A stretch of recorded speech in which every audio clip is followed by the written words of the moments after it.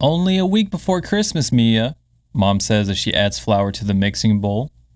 Dipping into the frosting, the little girl asks, "How many days is that?" Her mom smiles and says, "That means 7 days before we leave these out for Santa." Mom lifts the little girl off the bench and tells her it's time to get ready for bed. Throwing a tantrum, the little girl exclaims, "I don't want to go to sleep in my bed," being tired from hanging decorations. The mom offers to read Mia an extra bedtime story in an attempt to keep the peace. "I promise I will stay with you until you fall asleep," she says. Reluctantly, the little girl curls up into bed against her mom as she begins to read, drifting off to sleep. Mia wakes suddenly when she hears a scratching sound coming from the ceiling. "Ah!" She screams as she runs down the corridor, dragging her stuffed bunny behind her. "Sweetheart, we've talked about this," Mom says. "You were just dreaming." She walks Mia back to her room, half awake as the floorboards creak beneath her feet. She thinks nothing of the noises of the old house. Later that night, Dad comes home from a long day's work. He lays his watch on the nightstand and sits on the side of the bed. "Babe, have you seen the red flannel shirt I usually wear when I mow the lawn?" Half awake, she replies, "Surely it's in the hamper, love." "Babe," Dad's voice echoes through the house as Mom replies, "You're going to be late. I thought you said you bought things for Mia's dinner at the supermarket." Mom comes down the stairs. "I did. It's just in the crisper Huh? I could have sworn. Here, give her teacher the money to buy a dinner today. I'm running late." He kisses Mia's forehead and runs out the door. "Mia!" Mom calls out sternly. Walking to her room, she asks the little girl, "Have you taken Dad's watch? You know you aren't allowed in our room alone." Confused, she shakes her head. "No, Mom." "Strange. Maybe it fell under the bed," she mutters. The smell of fresh baked cookies fills the air as Dad lifts Mia above his shoulders. "Put it right there on the top, little one," he says as she moves closer to the tree. Mom smiles as she takes a few photos. "Perfect. Now we just need to write Santa a note." Mia runs to her room to get the crayons. "Dear Santa, I hope you like the cookies. Mom said I was a good girl this year. Love, Mia." Mom flicks the light switch in the kitchen, gazing at the full sink and the knife block with the empty slots. "I really need to do the washing up," she says quietly to herself. They set the plate of cookies out on the table with the note left wedged slightly under the plate. Tucking Mia into bed, Dad says, "Remember, Santa won't come if you don't sleep." She yawns and nods as she rubs her eyes. Later that night, the sound of creaking floorboards wake her. She remembers what her dad said. She sneaks to her door and peeks through the opening to see a flash of red. She creeps down the stairs, the light from an open refrigerator shining across the blackened house. "What are you doing, Daddy?" she says sleepingly. The figure turns around with a knife in his hand.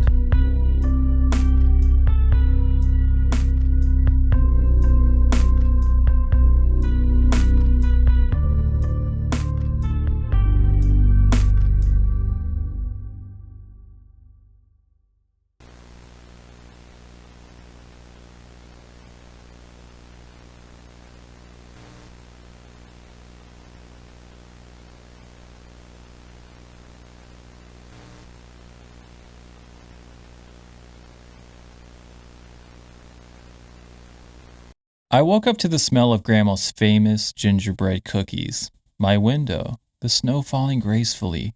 I got up and ran downstairs, excited to open presents. Mom gathered everyone by the tree, and it was time. "Sweetie, this one's for you." Mom handed me a huge box.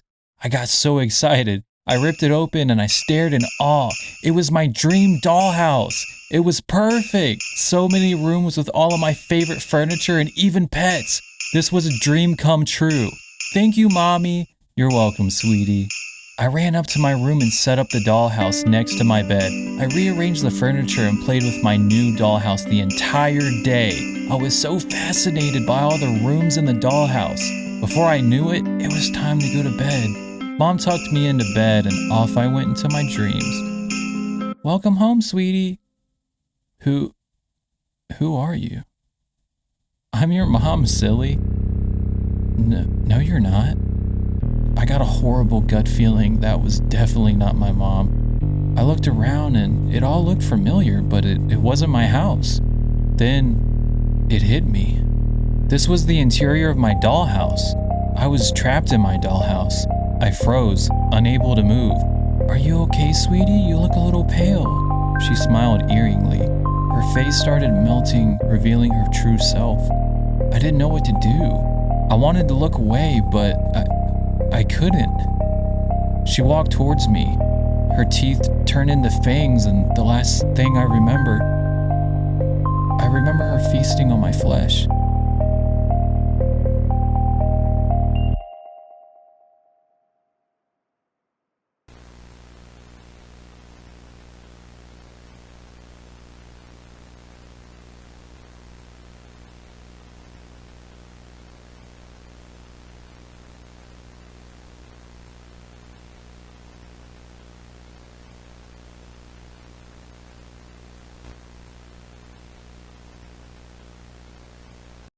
At a time when most people are happy, filled with joy, I am filled with the chill of an uncontrolled agony that crawls through my veins every December.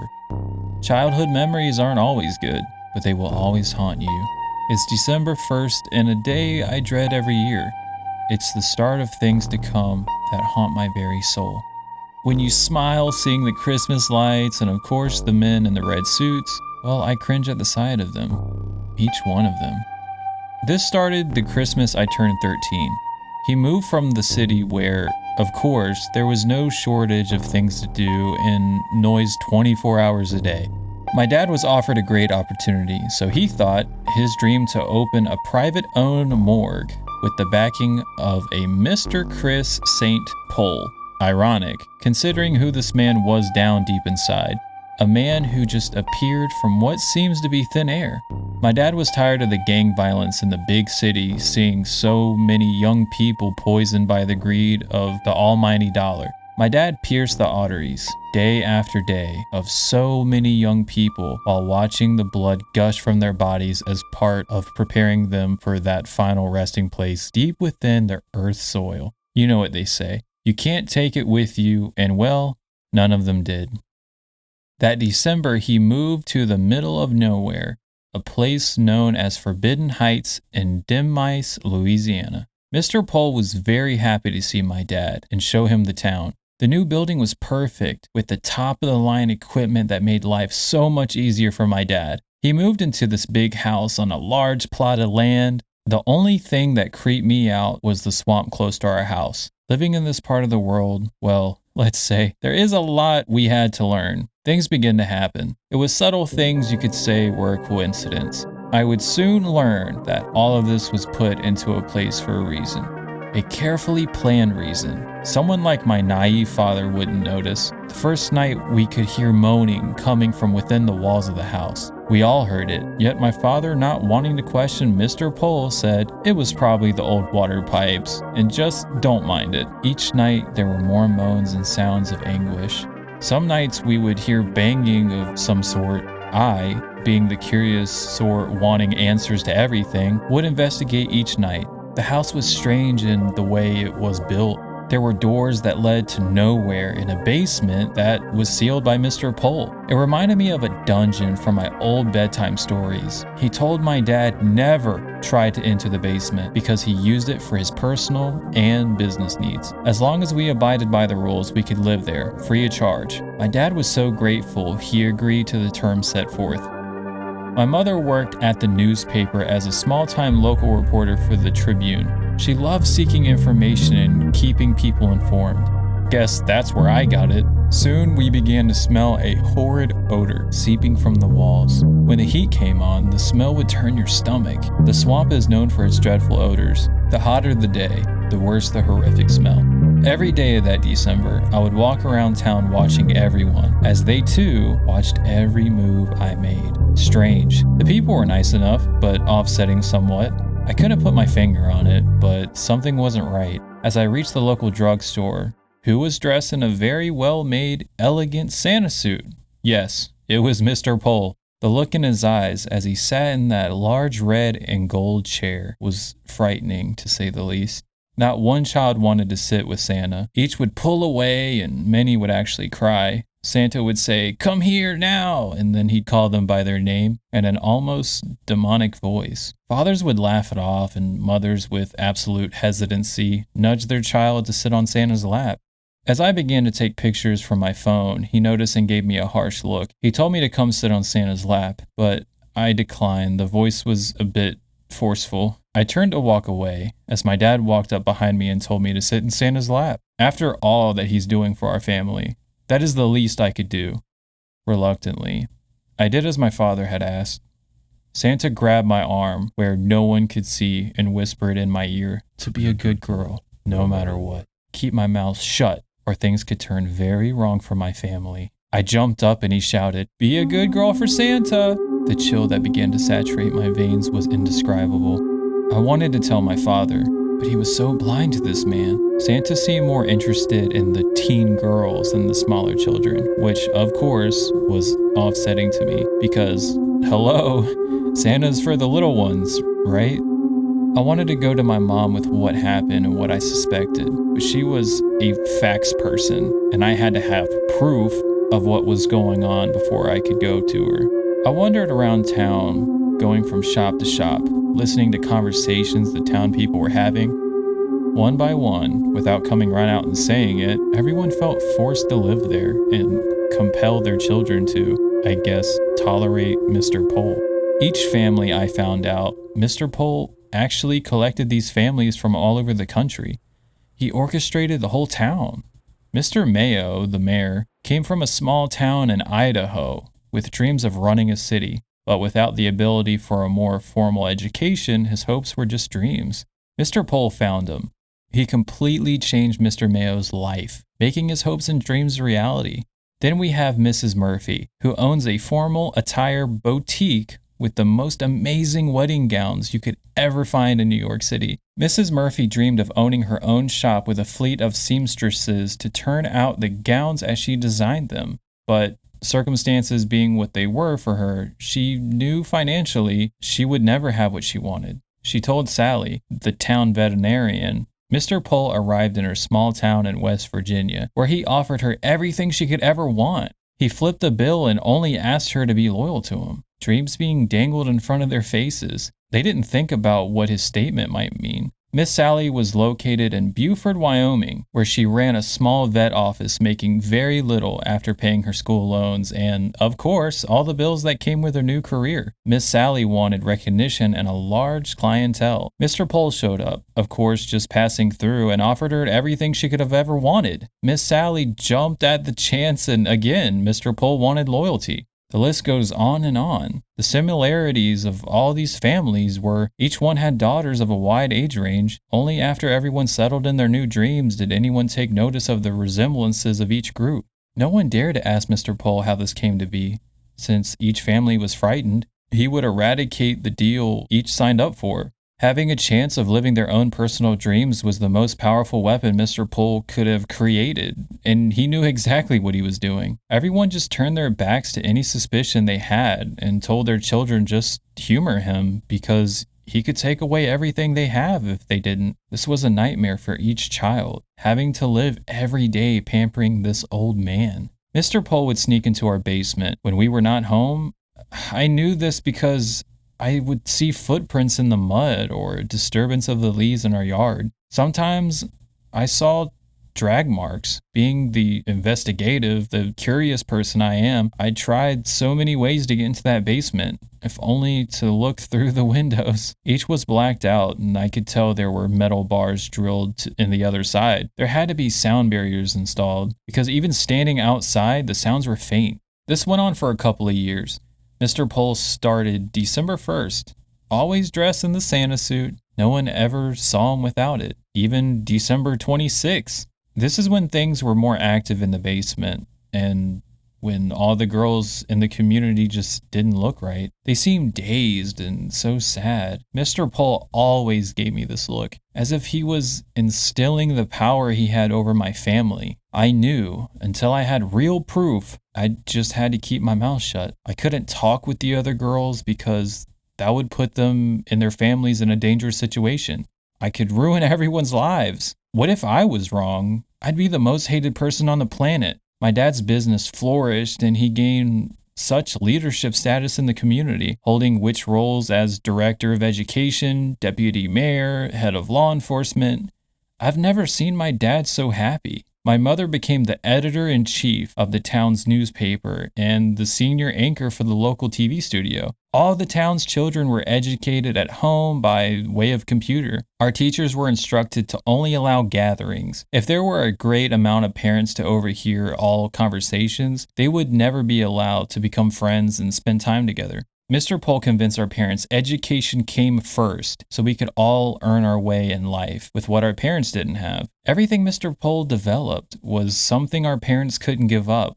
Work, status, our futures, everything dependent on his creation. Mr. Pole made sure our town had everything we could ever want to do. He did not want us to leave for anything. Family could come see us, but unless we had a city official with us, we could not go see extended family. We were instructed to introduce our guide as a friend. One evening, Mr. Pole had to head out of the town for supplies of some sort. He had my parents go with him. This was my opportunity to investigate freely. I've waited 2 years for this. No more wondering what was going on and why all the girls seemed so out of it every December. I waited for Mr. Pole and my parents to leave town. When I was sure, I began to wander through the house, opening the doors that led nowhere. I could hear the sounds so horrifying. It made my body ache. This night I ran to the shed and I found a pickaxe. I began to bang at the sealed door, harder and harder.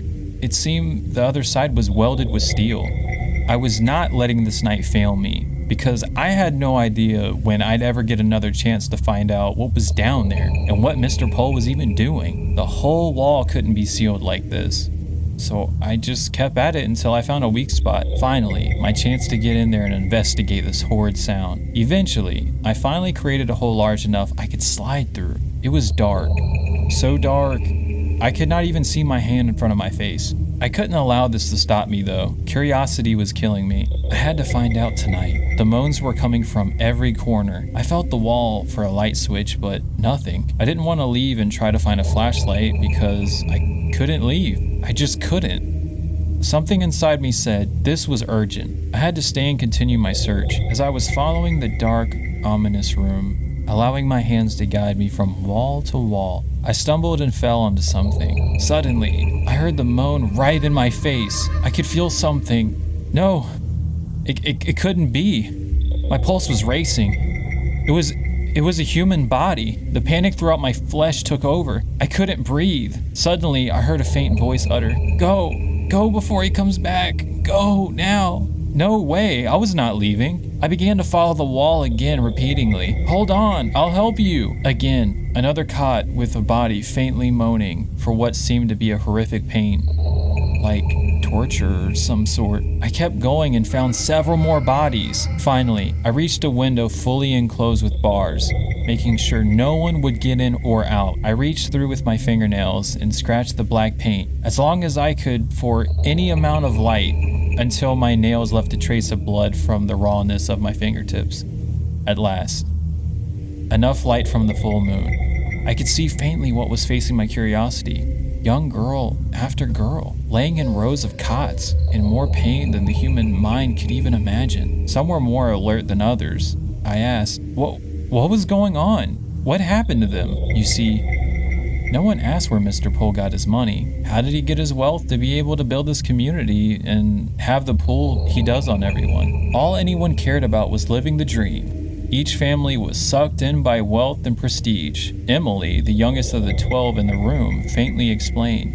Each of them were taken in the middle of the night by Mr. Pole, while each of their parents were busy attending event after event. During December, making sure he had full accessibility to each girl, he would bring them to the basement, one at a time. When they finally awoke, They were in so much pain, most would pass out because they just couldn't handle it. Checking on each one, I could see blood everywhere and the odor was horrid. Most were burning up in fever. Emily told me, Mr. Pole was a surgeon. His skill set was so profound, he flew all over the world to perform the most difficult surgeries. Everyone knew he left on business trips a lot, but no one talked about it. They pay back for all he does, for each family. Whenever he needs a kidney, part of a liver, skin grafts, a rare blood type, and every now and then a heart, he would just take what he needs from the children. He sells on the black market, the financing of all the parents' dreams and through each and every one of their children. December is the month of giving gifts, and so you see, Mr. Pole gives the gift of life, for a cost.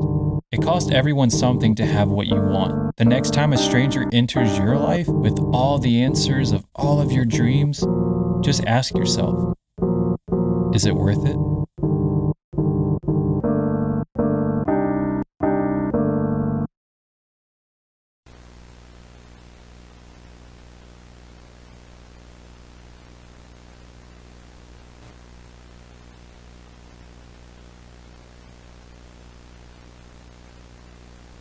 The story you're about to hear is real, very real. Since that fateful night, I haven't seen my parents. They still don't believe me. I didn't kill my sister. I loved her. She was my world. But little did I know the consequence of my stupid choices would lead me here. I hear the blood-curdling screams, crunching and breaking of the bones, ripping of flesh and the roaring demonic laughter every night. Those sounds, they don't escape my head. I just stay awake with the guilt and shame that was built up inside of me. But I hope this story will be a warning to all of those who doubt the existence of Krampus. My sister, Jessica, was a quiet girl. She never had the desire to go outside and socialize outside of our house. She liked to read her books at the windowsill, or play tea party with her dolls and bears, while other kids liked to ride their sled or do snowball fights with their friends. But no, not my sister. I was older than Jessica, much older, and had my own group of friends. I'll admit, we weren't the best group in town. We sold illegal shit and even got kicked out of school for a while for selling it on the school grounds. We didn't give a shit. We wanted to do stuff our way. The crew and I set out to damage the night before Christmas Eve. The town was quiet. The only thing you could hear throughout the town was a whistling wind of the snow coming down, and our laughter bouncing off the houses as we walked past them. Tony, the youngest in the group, pointed at the abandoned house a couple of blocks down. He suggested we go in to warm up. We all agreed and followed him into the house. It was colder in the house than it was outside, but Tony gathered some fallen wood planks and flooring to start a fire. We sat in front of it, shivering, waiting for the heat to hit us. Lou, who was his older brother, was sitting beside him.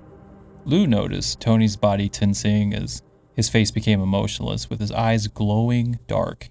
Lou jokingly asked him what was wrong. Tony looked straight at him and pulled out a pocket knife. We heard the sliding of metal and started to slide away from him. We all looked at each other with confusion and concern. Tony raised the blade. I broke out in a cold sweat. Lou begged him not to do anything irrational, but it was too late. Something had taken over him. Tony had started to stab Lou. The rest of us scrambled to get out of the house. I couldn't process what I had just witnessed. I ran multiple explanations of what happened in my head. Was he triggered or something more sinister took over him? Last I heard, Tony was in an institution for half of his life sentence. Doctors still can't quite figure out what's wrong with him. The next day, I kept to myself. My parents were getting ready for their annual Christmas neighborhood party. They didn't pay me any mind. It was typical of me to stay in my room during any school time off. I came out that afternoon to grab something to eat and something stronger to make me numb. The Channel 6 news was blaring like it always was. My parents love to catch the news and see if there were any more kids that have gone missing. Around this time, each year, kids of all ages under 18 would mysteriously disappear in the late evening hours to never be seen again. Each child taken would be taken out of their beds with no trace where they have gone or could be found. No foul play was ever involved in any abduction. The police in the past 10 years had cold cases piling up and were always in December until Christmas Day. The townspeople would whisper and talk about the children going missing. They would always accuse the new family that just moved in or homeless people that roamed downtown on the streets. but no evidence ever turned up. It became the new norm until it hit home. My parents said their goodbyes to Jessica as they went to the store to pick up a few things for their party. Mom warned her to keep the door locked and keep an eye out for me. She agreed and started to hum her favorite cartoon theme song. I sluggishly walked out of my bedroom and down the hall. Jessica saw me walk through the living room as she played with her dolls and waved at me. I gave her a small grin and continued to the kitchen.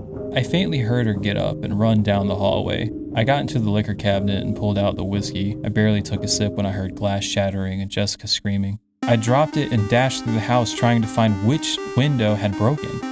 I checked every room until I saw my bedroom window had been smashed in and there were big, heavy footprints of hooves imprinted on the wooden floor. I could hear a deep, demonic-type voice laughing in the distance and saying, "You'll do just fine." I turned the way the voice had come from. It came from a distance from my window. The snow was coming down harder than usual that day. It made it hard to make out who or what had taken Jessica. I crawled through the open window and ran after the noise of the heavy stomping. But every time I stepped 2 steps, it would step 10. It seemed to glide through the falling snow. I still heard the struggling of Jessica. The rustling of fabric helped me stay on its path. After some time, I could see a light coming from the distance. The bright light beamed through the snow, and the laughter echoed within miles around. Then it became an echo in a condensed space. As I got closer to the light, the more I realized it was a cave. My adrenaline started to pump through my veins, and my bravery began to fill my chest. But it quickly faded away as I heard other trapped kids begging and pleading to be let go, or to be freed because they had been deprived of food. The screaming and crying was continuous. My ears started to ring. My gut became a knot, and my knees became like jello, and I fell to the ground, looking at the sky, praying to get the strength to help fight the thing that was in the cave, to rescue Jessica. I swallowed my hesitation and got up and started to walk into the cave. Then my vision became blurry. Dots danced inside my head. My brain became light, like as a feather. Everything became red as blood. My chest rose up and down. Adrenaline was kicking in again. I tilted my head back and screamed on the top of my lungs. My throat became numb and I looked down and saw it. My master, Krampus. He stretched out his muscular, furry arm out to me with the long, scrawny fingers curling up to direct me further into the cave. The last thing I remember is hearing, "Welcome home, my son."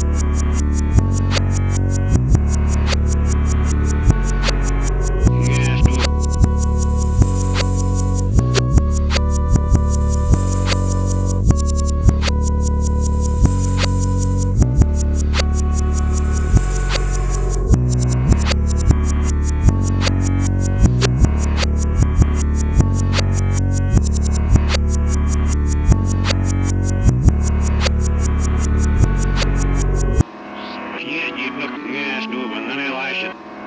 Слушайте, я слышно,